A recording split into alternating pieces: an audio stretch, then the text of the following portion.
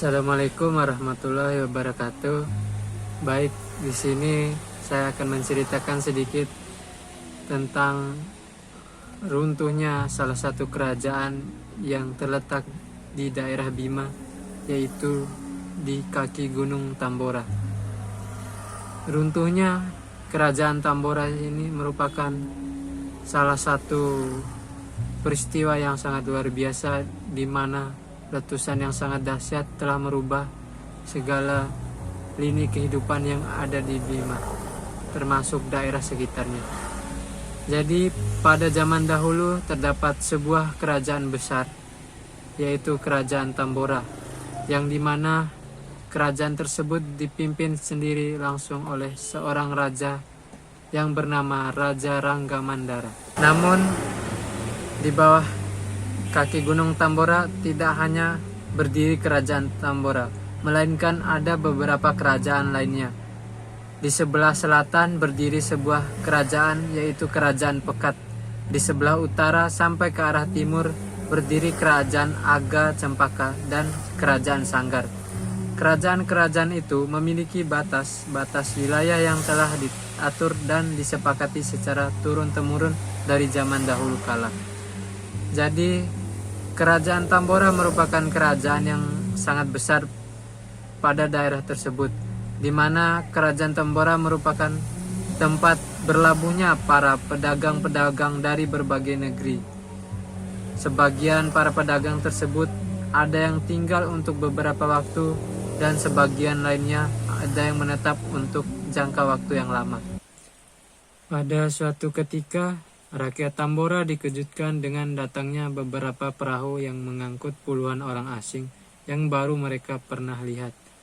Pakaian orang-orang itu sangat berbeda dengan pakaian yang dikenakan para pedagang dan pelaut yang selama ini mereka lihat.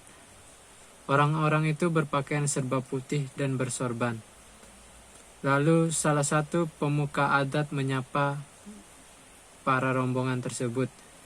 "Dari manakah asal tuan-tuan?" Sang pemuka adat bertanya. Lalu salah seorang rombongan menjawab, "Kami berasal dari negeri yang jauh." Lalu pemuka adat pun bertanya kembali, "Apakah gerangan maksud tuan-tuan datang kemari?" Lalu rombongan tersebut menjawab, "Kami datang sebagaimana saudara-saudara kami dari negeri lainnya. Tujuan kami sama dengan mereka, yaitu untuk berdagang." Masyarakat yang ada di tepi pantai berkerumun melihat barang-barang dagangan yang dibawa orang-orang asing itu. Mereka sangat tertarik menukar hasil bumi Tambora dengan kain-kain dan perlengkapan bertani, berkebun, dan melaut. Semakin lama, semakin banyaklah warga yang membeli kain-kain yang dibawa pedagang berjubah itu. Lambat laun, mereka saling mengenal satu sama lain dan semakin akrab. Suasana kekeluargaan menyelimuti kehadiran orang-orang berjubah itu. Mereka dipersilakan oleh beberapa warga untuk menginap di rumah-rumah warga sekitar. Walaupun demikian, ada hal yang unik dan menarik perhatian warga akan kebiasaan orang-orang asing itu. Warga pun terus mengamatinya. Sebelum matahari terbit, mereka melakukan ritual ibadah dengan cara bersama-sama dan dipimpin oleh salah seorang di antara mereka. Jika yang di depan berdiri, maka berdirilah rekannya di belakang. Demikian pula jika yang di depan rukuk dan sujud, serta mengadakan tangan ke arah langit. Kebiasaan seperti itu terus dilakukan oleh orang-orang yang berjubah itu sebanyak 5 kali sehari semalam, yaitu pada sebelum matahari terbit, siang hari ketika mentari tegak di atas kepala, sore hari menjelang matahari terbenam di ufuk barat, setelah matahari terbenam, dan pada malam harinya. Dan tidak hanya itu saja, mereka membuka sebuah buku tebal dan melantunkan secara bersama-sama dan bergantian. Karena dianggap aneh dan menarik perhatian warga, ada juga beberapa di antara warga yang mencoba meniru ketika orang-orang berjubah itu melakukan ritual. Pada suatu malam, kepala kampung dan beberapa orang warga mendatangi orang-orang berjubah itu. Mereka ingin menanyakan apakah maksud dari kebiasaan dan ritual ibadah yang saudara lakukan setiap hari. "Apakah yang dilakukan tuan-tuan ini agama baru?" Lalu salah seorang menjawab, "Betul sekali. Agama kami bernama Islam. Kami menyembah hanya kepada Allah Subhanahu wa Ta'ala, Tuhan bagi seluruh alam. Agama Islam telah lama berkembang di Jazirah Arab dan bahkan sampai ke Eropa. Lalu mereka bertanya lagi, siapa yang pertama kali membawa agama ini kepada tuan-tuan? Ceritanya panjang, Tuan. Allah Subhanahu wa Ta'ala menurunkan wahyu kepada para nabi dan rasul sebagai pembawa risalahnya.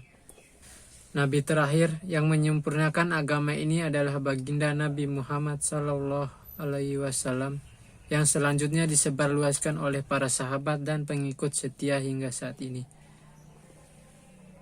Pemuka adat menyampaikan bahwa apa yang kami lakukan selama ini dengan menyembah batu, menyimpan sesajian di pohon-pohon besar itu salah dan bertentangan dengan ajaran tuan-tuan. Lalu seorang dari kelompok tersebut menjawab, benar tuan-tuan, kami juga menganut ajaran yang hampir sama dengan tuan-tuan sebelum memeluk Islam. Orang-orang di Jazirah Arab pun dulunya menjalankan ajaran nenek moyangnya. Yang kami agungkan dulu hanyalah ciptaan Allah Subhanahu wa Ta'ala yang telah menciptakan segala bentuk kehidupan di dunia ini. Saat itu juga kepala kampung dan beberapa pemuda secara resmi memeluk agama Islam. Mereka mengucapkan 2 kalimat syahadat yang dituntun orang-orang yang berjubah tersebut. Waktu terus bergulir, kian lama masyarakat Tambora terutama yang tinggal di wilayah pesisir memeluk agama Islam. Pimpinan orang-orang yang berjubah itu mereka panggil dengan nama Kiai Saleh. Demikian pula anggota-anggotanya dipanggil pula dengan nama Kiai. Yang bernama Anwar dipanggil Kiai Anwar, yang bernama Amin dipanggil dengan nama Kiai Amin. Begitu juga dengan yang lainnya. Pengikut ajaran Kiai Saleh semakin banyak. Mereka sepakat secara bergotong royong membangun tempat ibadah. Namun ada pula yang tidak setuju dan tidak sejalan dengan ajaran Kiai Saleh. Mereka adalah orang-orang yang merasa sangat sulit untuk melupakan dan meninggalkan kebiasaan-kebiasaan lama, seperti menyembah batu, pohon-pohon besar dan gerak-gerik mereka, sehingga mereka pun sepakat untuk menolak ajaran itu. Dengan berbagai cara mereka menghalang-halangi rekan-rekannya yang menemui Kiai Saleh untuk memeluk agama Islam. Hingga pada suatu hari mereka menghadap Raja Rangga Mandara untuk mengemukakan kekhawatiran mereka. Ampun beribu ampun baginda, kegiatan ibadah yang dilakukan Kiai Saleh sangat meresahkan. Tidak hanya itu saja, ajaran Kiai Saleh melarang memakan babi dan anjing. Beberapa hari kemudian, Kiai Saleh ditemani beberapa pengikutnya dan warga yang baru saja memeluk Islam menghadap istana kerajaan Tambora. Di sebuah tempat yang telah disiapkan, Raja Rangga Mandara didampingi para pejabat kerajaan menjamu tamu itu.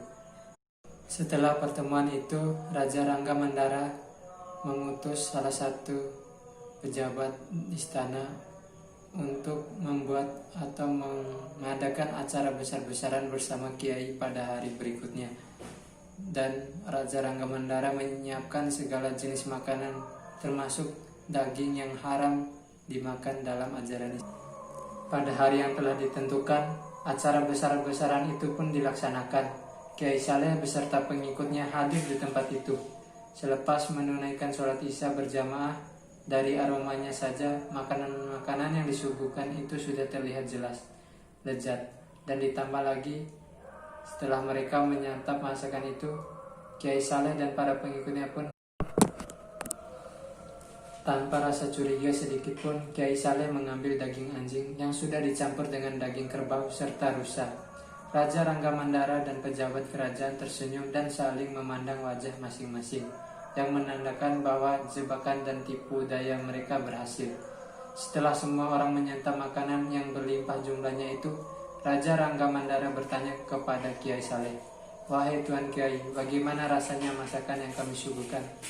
"Luar biasa Baginda, terima kasih atas jamuan yang disuguhkan Baginda malam ini. Semoga Allah Subhanahu wa Ta'ala selalu melimpahkan karunia-Nya kepada Baginda dan seluruh rakyat Tambora." Raja Rangga Mandara memberitahukan kepada Kiai bahwa terdapat daging anjing yang Tuan makan, ucap Raja Rangga, dan disambut gelak tawa para pejabatnya. Kiai Saleh dan pengikutnya merah seketika. Kiai Saleh berdiri dan menunjuk ke wajah Raja Ranggamandara. Terkutuklah kau wahai Raja Ranggamandara bersama rakyatmu yang telah membuat tipu daya ini. Ketahuilah bahwa Allah Subhanahu wa taala dan pengikutnya meninggalkan tempat acara tersebut. Mereka terus berjalan menyusuri kaki Gunung Tambora menuju ke arah selatan dengan raut wajah sedih seraya bermunajat kepada Allah Subhanahu wa taala agar diampunkan dari segala dosa karena telah menyantap daging anjing yang dilarang dalam agama Islam. Mereka terus berjalan menelusuri kegelapan malam. Tepat waktu sholat subuh, Kiai Saleh dan seluruh pengikutnya tiba di sebuah teluk di sisi selatan Gunung Tambora. Mereka mengambil air laut untuk berwudu, lalu mereka melaksanakan sholat subuh berjemaah. Dalam doa-doa yang dipanjatkan usai sholat subuh, Kiai Saleh memohon kepada Allah agar Raja Ranggamandara dan rakyatnya yang telah membuat tipu daya hari. Kiai Saleh dan pengikutnya terus mengucap doa-doa. Sebuah gempa bumi yang teramat dahsyat mengguncang kerajaan Tambora. Sebuah letusan yang maha dahsyat dimuntahkan dari puncak Gunung Tambora. Dunia menjadi gelap gulita di pagi yang sebelumnya cerah. Secepat kilat banjir lahar menerjang segala penjuru istana kerajaan Tambora dan meluluhlantakkan orang-orang yang berada di sekitarnya. Air laut naik ke daratan menenggelamkan semua yang ada dalam sekejap. Kerajaan Tambora tenggelam bersama lahar dari Gunung Tambora dan air laut yang terus menerjang meluluhlantakkan seisi kerajaan. Tinggal kenangan orang-orang yang melihat pedagang pasir dan hamparan savana yang luas mengitari Gunung Tambora di ujung timur tanah Bima. Keangkuhan dan tipu daya telah membinasakan sebuah kerajaan yang makmur dan tentram itu. Allah Subhanahu wa taala yang Maha Kuasa atas segala yang diciptakannya. Hingga saat ini teluk tempat Kiai Saleh dan pengikutnya berdoa dinamakan Teluk Sam.